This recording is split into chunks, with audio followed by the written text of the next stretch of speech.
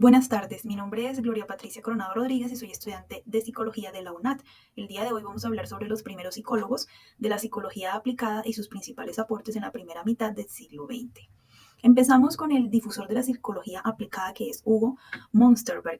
Él hizo importantes aportes a la psicología aplicada. En la industrial, él decía que era importante evaluar las capacidades y los sentimientos de los trabajadores para llegar a una mayor efectividad.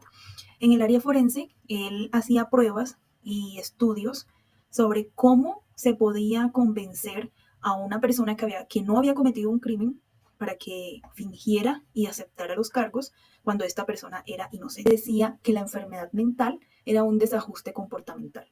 Continuamos con Leitner Whitmer, quien creó la primera clínica de psicología en el mundo, específicamente en Pensilvania, en donde él combinaba la psicología experimental con el tratamiento de niños que presentaban dificultades de aprendizaje. Continuamos con Walter D. Scott, quien se considera como el pionero de la orientación vocacional y la selección de personal, porque él decía que se debía llegar a mover emociones en los espectadores para poder llegar al cometido de vender un producto o de ocasionar sentimientos en ellos. Y finalmente tenemos a William Sturm, quien es el inventor del término cociente mental o coeficiente intelectual. Él tenía su pensamiento del personalismo, el cual consistía en la psicología de las personas. Además es el creador de la psicotecnia y abrió en Berlín un centro privado de psicología aplicada. Gracias. Hola, mi nombre es Jessica Velandia del programa de Psicología. Fundamentos teóricos, funcionalismo, estructuralismo y principales planteamientos teóricos. El funcionalismo y el estructuralismo defendían planteamientos muy diferentes. Para el estructuralismo, los conceptos relacionados con la mente se derivan en el empirismo positivista y la psicología experimental. Por otro lado, el funcionalismo se centra en los conceptos mentales, los cuales se inspiran en el pragmatismo y el socialismo evolucionista. Titchener partía de la analogía entre la biología y la psicología. Señalaba que la psicología estructuralista sería similar a la morfología y la psicología funcionalista sería similar a la fisiología. Planteamientos teóricos. Los funcionalistas estaban interesados en cómo los procesos mentales, como el pensamiento, la percepción y la emoción, permiten a los individuos adaptarse a su entorno. En lugar de estudiar la estructura de la mente, se enfocaron en el propósito y la función de los procesos mentales. Los estructuralistas veían la conciencia como un proceso compuesto por varios elementos que interactúan entre sí. El objetivo era describir la estructura interna de la mente humana a través de un análisis de los componentes de la experiencia consciente, es decir, lo que pensamos, percibimos y sentimos en cualquier momento dado. Gracias.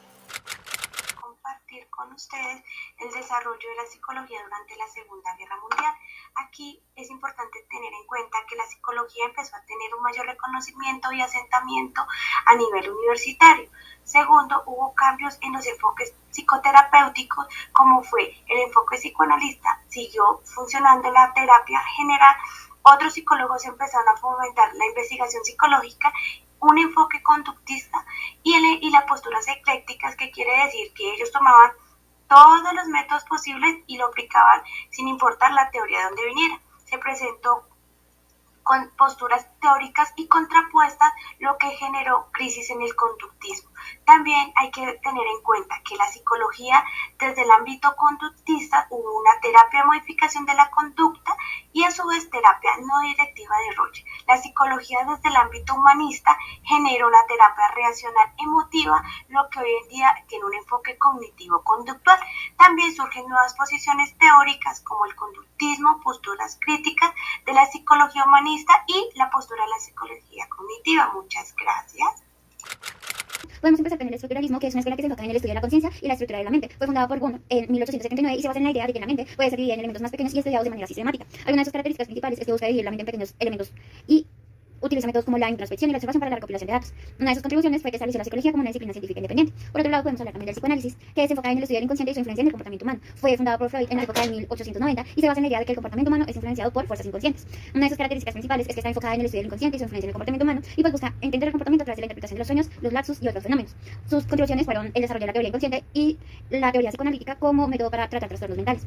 También podemos hablar del conductismo, que se enfoca en el estudio del comportamiento observable. Fue fundado por Watson en la época de 1910 y se basa en la idea de que el comportamiento humano puede ser entendido a través de la observación y la experimentación. Una de sus características más importantes es que utiliza métodos como el condicionamiento clásico y el operante para la recopilación de datos. También contribuyó a establecer la psicología conductual como una disciplina científica e influyó en la creación de la psicología aplicada. Por otra parte, podemos hablar de la Gestalt, que se enfoca en el estudio de la percepción y la organización de la información. Se basa en la idea de que la mente humana tiene a organizar la información en patrones y estructuras. Una de sus características más importantes es que busca entender cómo la humano puede organizar la información en patrones y estructuras y puede utilizar métodos como la observación y la experimentación para la recopilación de datos. Contribuyó al desarrollo de la teoría de la Gestalt y la organización de la información e influyó en la creación de la psicología cognitiva.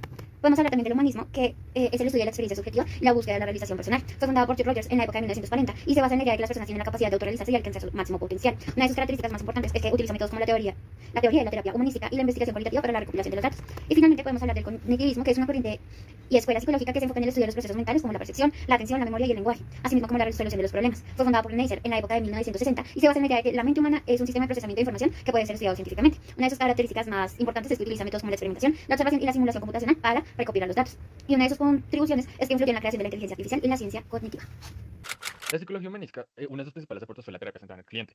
Maslow propone una pirámide en la cual las personas, de acuerdo alcanzando ciertas necesidades fisiológicas, de seguridad, psicológicas, biológicas, podían alcanzar la satisfacción. O podemos encontrar lo que es la logoterapia, que Fran nos orienta al holocausto. Hay una manera de darle sentido al sufrimiento. Se desarrolla el operante que explica cómo las consecuencias tienen acciones. ¿Esto por qué? Por la acción de refuerzos y castigos. Un refuerzo es todo aquello que motiva que la conducta vuelva a aparecer y un castigo es todo lo que reduzca su aparición. Las cajas de Skinner, que fue principalmente para hacer el comportamiento de animales, y la ley de Toldick, que fue la ley prácticamente para el aprendizaje. Y el aprendizaje social de Bandura, que se implicó el modelado y cómo se aprende a partir de la observación y la importancia.